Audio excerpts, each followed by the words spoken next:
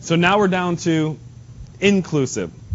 It's the same situation above where events are related, but you subtract the probability of both events happening.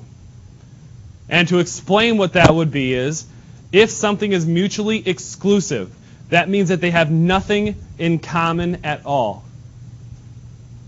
Okay? For example, there are no boys in this class that happen to have shoulder-length hair. Okay? There are no boys in this class that have shoulder-length hair. So we could say, what is the probability of, by random, picking a boy from this class with short hair? With long hair. Okay, because there's no boys with long hair. But what if I said there's a probability of picking a group or picking a student from this class that is a girl wearing a hoodie? So there are students in this class wearing hoodies that are not girls, correct? Okay, because they're comfy, and I like wearing hoodies too. As soon as I go home, I take off a tie and put on a hoodie. So the point is, I'm looking for the probability of a girl with a hoodie out of the students that are in this class. So if I were to walk in here, and there's a problem, stop worrying about who it is and just think about what I'm talking about. The event is me coming in here and picking a student. I'm looking for the probability of a student, a female wearing a hoodie. So those two, there are people like that, right? Okay, now would be the time if you need to, yes. Okay, for example, Bella and Quinn are both wearing hoodies. Now, look at this example of mutually exclusive and inclusive. With the deck of cards, or at least these cards. Earlier today I used a whole deck of cards to describe. We're just going to use what we can see for this. Kings and aces are mutually exclusive. There can be nothing both. Okay? Mutually exclusive. Kings, aces. Then we have hearts and kings. You can have the king of hearts that shares that, don't they? They share a characteristic, like wearing a hoodie, regardless of gender. They share a characteristic. So let's find out why the probability of A or B equals the probability A plus the probability B minus the probability of A and B. That's what we've been doing before. We've done doing A and B with the probability. We haven't seen this word. We have not seen or yet. Let's find out why it's or.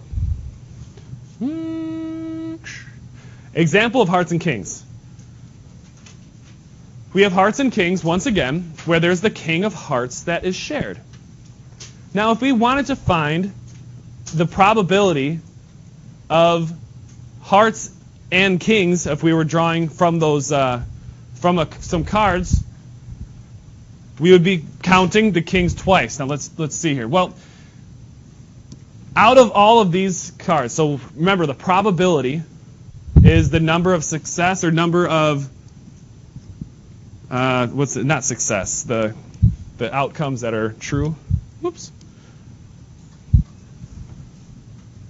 Let's see here. I want to use my own words. I don't want to misspeak. Whoops. Not odds. Please stop hitting the air conditioner. That's right. The number of ways an outcome can occur. An outcome can occur. So how many ways are you going to get an outcome of the king and heart? How many ways are you going to get the outcome of a king and a heart? Yes. Once. So probability of the king of hearts equals once out of how many outcomes are there? 14, 16. Well, let's do this. We have how many kings? 4. So 4. And how many hearts? 13. So 1 in 13. 1 in 13. However, we counted the king of hearts twice, as it says right below it. We counted the king of hearts twice right below it, so there's something that we can't do. See how we're counting it twice? It's in both sides of the Venn diagram. It's in the middle. So to correct our answer, we add an extra and part. We add an extra and part. So let's look at it visually.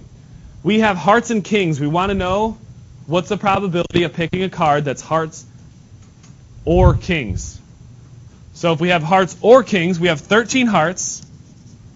We have, excuse me, we have 13 hearts. We have 4 kings, and we subtract one of the times that we're counting a king. Okay, so what we're doing is, if I were counting how many are the possible outcomes, I am subtracting this king of hearts right there, because I'm not going to have the king of hearts taken care of again. Okay, so I just subtracted that from there, and that's what just happened. Okay? See how we were counting it twice now? Or if we were counting, I don't want to pick on you guys. I don't need an extra example. I'm going to fill your ear with more information than you want to hear. Previous classes got really tired out with this, and that's why I'm trying to get through this. So here is what that looked like when you guys took that, wrote that down above. You guys have that already twice on there, so you're cool. So we're going to go through first, and we are going to find which of these are exclusive and inclusive. Can someone paraphrase what I said or what you wrote about the difference between inclusive and exclusive in general terms? General terms. I got that. Inclusive, exclusive. Okay, yes. For inclusive, you must subtract. For exclusive, you...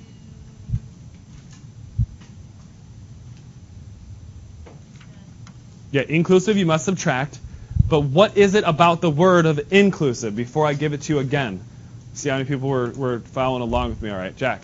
Inclusive includes. Okay, so includes. Hold on. Can you add on to that? Okay, it includes, true. And you can also say that ends in the word or the sound sieve. You're right. You're right. Inclusive. Okay, let's bring it back to this classroom. What was the thing that was inclusive about the situation I introduced with this class? What was the event? Females would The event was picking a student. The probability was what event? Girls with hoodies. Is every person here either, or is everybody in here both a girl and possibly wearing hoodies? No, fellas, you actually outnumber the females in here. Okay? All right, so with that in mind, let's decide if these are inclusive or exclusive. So this is the event. An 8-sided die is tossed just once. So we're not tossing it twice. It's not going to be a situation where we toss 2 die where it becomes 1 over 6 times 1 over 6, and that was 1 over 35 to get something. Remember that? The chart that we did that will definitely be on the test on Friday. This is just one 8-sided die tossed once. So can you roll something that is even as well as less than 5? What can you roll that's even and less than 5? One of them? 4, 2. 2 and 4 are both. So that means that we are inclusive. Inclusive means that they share a common trait. They share a common trait. How about we roll the die and we get a 4 or a prime? Do they share anything? Thank you so much. I always wanted one of these. Can you have a 4 that's a prime? No, because 4 is a composite number. 2 times 4. Exclusive.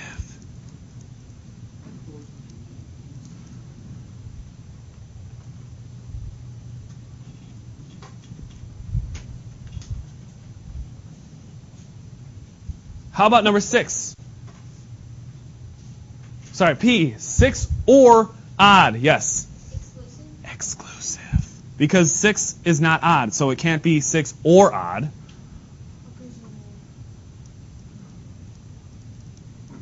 They don't share something. 6 doesn't share anything with being odd because it's even. Yes, sir? Not this part, what we're just labeling. No, it's not difficult after this point if you're able to do the correct formula.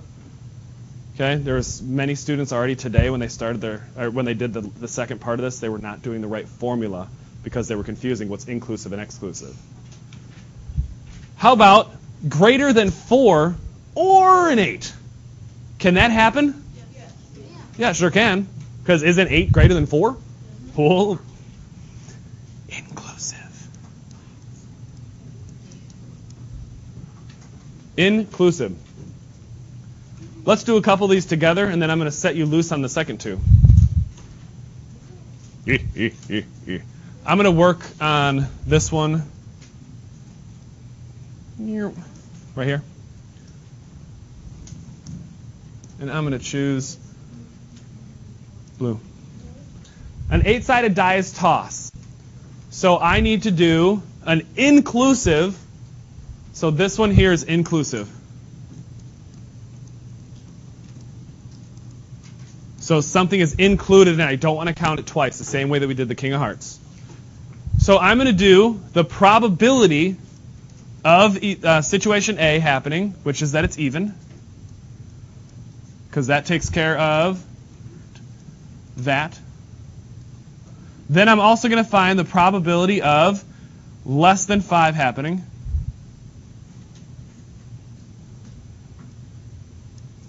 That's an inequality symbol. Less than 5. And I'm also going to need to find the probability of even and less than 5.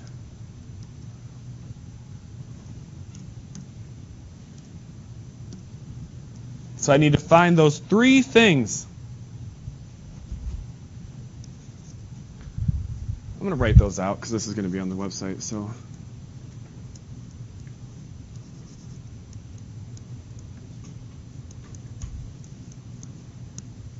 less than 5. Yep. Drop a pass for me. Yes. What's that? So it's kind of your birthday right now, but it's wrong? Interesting. Cool. Good job. You did it. Okay, now back to this. No, we're not singing right now. So what is the probability of rolling an 8-sided die and getting an even number? What is the probability of rolling an 8-sided die and getting an even number? Remember, this is why I want you to write everything I'm writing, because I'm asking right now only this. That's the only thing I'm worried about. An 8-sided die is rolled, and I want to know when that happens, what's the probability of having even? Mandrew. 50%. We have not talked about percents at all this unit. 1/2. It is 1/2, and we're going to discuss why it's 1/2. That's after we simplify, it's 1/2. Now, what are the numbers that you could roll to get an even number? There. 4, 8, 4, 8. 2, 4, 6, and 8. So to keep it, how many outcomes would happen with that? There are 4 out of 8 outcomes, which becomes 1/2. Is this Just, my goodness.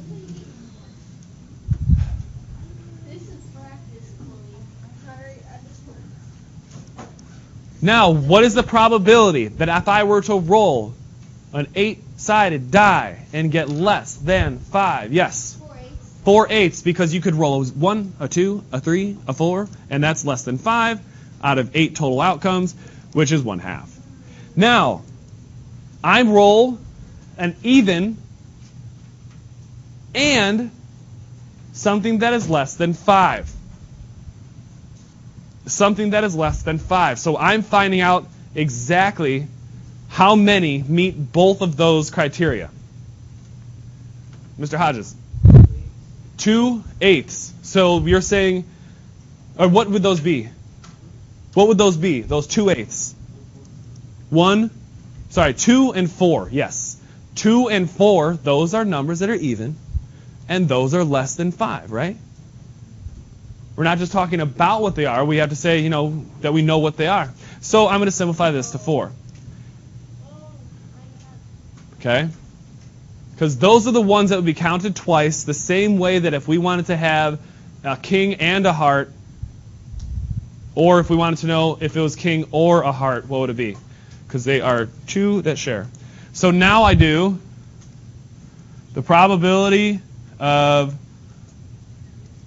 even or less than 5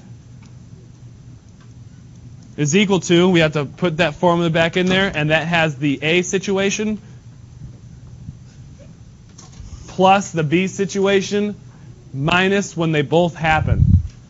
So that means 1/2 plus 1/2 plus 1/2 minus 1/4. And because you've had this in 6th grade multiple times and you had it in this class multiple times, I'm going to assume that you will remember as I say this that you have to have common denominators when you add fractions, and that one can be just visualized by 7th graders who know their math facts like you're supposed to. 1/2 plus 1/2 is 1. Minus 1/4 is 3/4.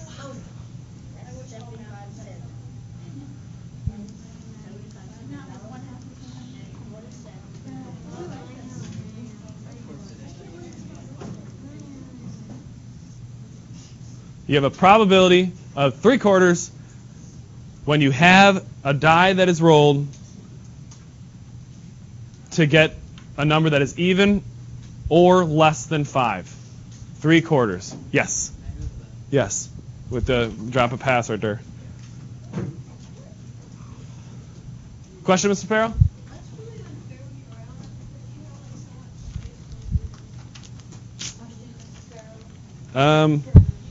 I have more space than you? His handwriting's also bigger. You don't have that much space. I have the exact same amount of space as you do. Yeah, but you can like zoom in and he can't. Yeah, but when he zooms in, he has bigger handwriting. Yeah. Yeah. All right, next one.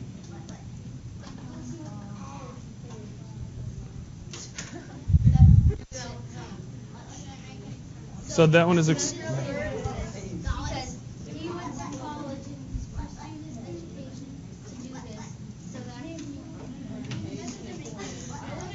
What I didn't see made sense?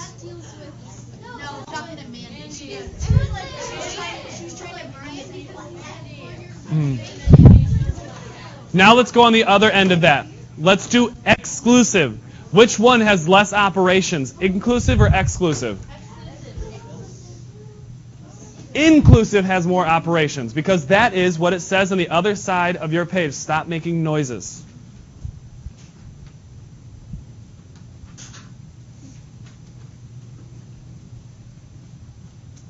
Inclusive has more because you have to remove the ones that were included more than once. That's the one that has subtraction. So these are the ones that are easy. This one here, I'm going to work right above it. So I have room, and I'm going to change my color so I can tell better when I'm printing out possible notes when I study tomorrow. So I want to find out what the possibility of getting a 4 or a prime number is. And as I just did in my notes, once again, the first thing I'm going to do is I'm going to do the probability of just one of the situations, which is the probability of getting a 4 when I roll an 8-sided die. And there's only one 4 out of 8 sides, so naturally it's 1/8. Then I want to find the probability of getting a prime number. How many? There are 4 prime numbers, and if you're wondering what they are, you have 2, 3, 5, and 7.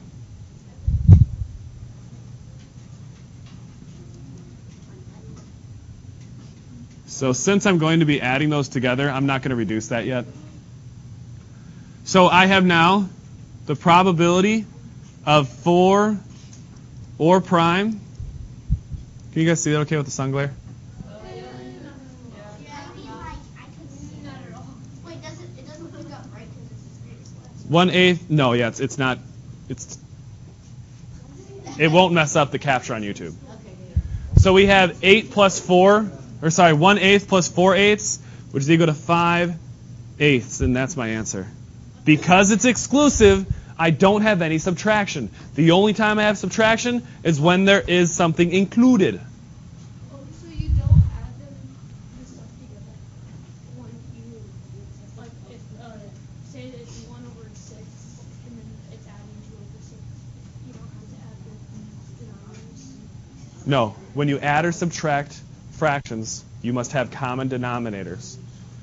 When you multiply, you don't need common denominators. You just multiply straight across. Yes, sir? Oh, when it's inclusive, do you know subtract the first or second number? Neither. No, I mean like when it's inclusive, and you're taking out Shh. the final thing.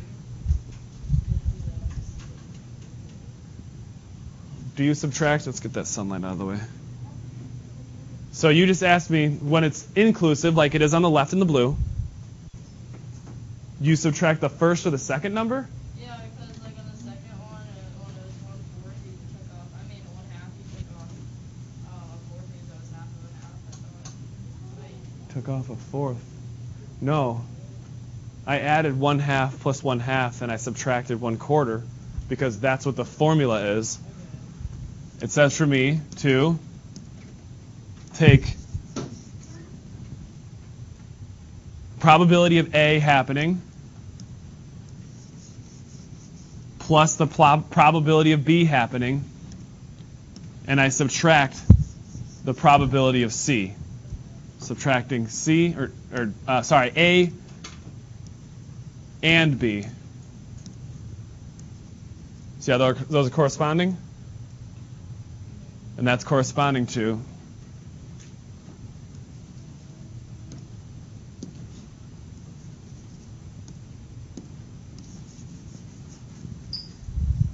does the color coding help? Should I leave that in there? Yeah. Okay. All right. I just heard someone say that it's really easy, which is really happy for me to hear. Even if I didn't hear that, I still want you to do this. Please try B and D. I want you to set that up, see if you come up with the correct probability of those situations happening. We already did the hard part, which is deciding whether it's inclusive or exclusive. Be sure to get the correct formula for that. And before I stop the video, question, sir?